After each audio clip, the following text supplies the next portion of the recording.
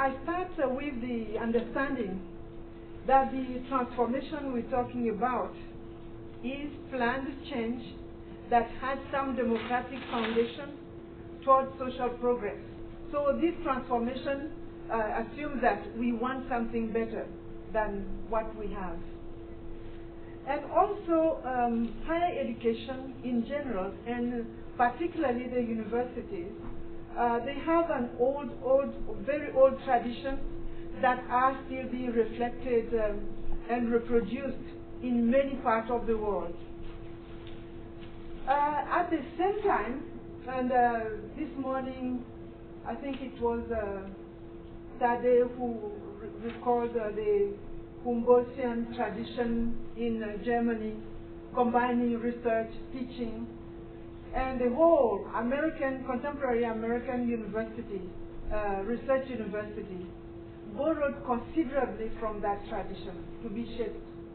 And yet, at the time, when the embryonic universities that led to the contemporary institutions that many people are copying around the world, when these universities were being formed, Germany was not part of that. It was the two main traditions were in France, the Parisian model, which was more hierarchical, and the Bologna tradition that was more democratic. There was no Oxford at the time. And yet, these other societies and countries that were not part of this early reflection adopted these institutions, transformed them, adapted them to their own needs.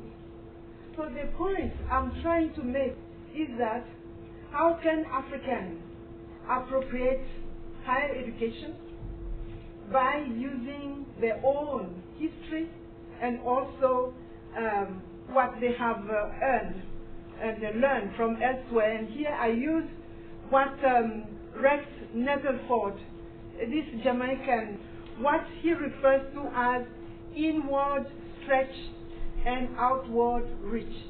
It means Africa has a history that has enough strength to constitute the foundation of modern higher education institutions.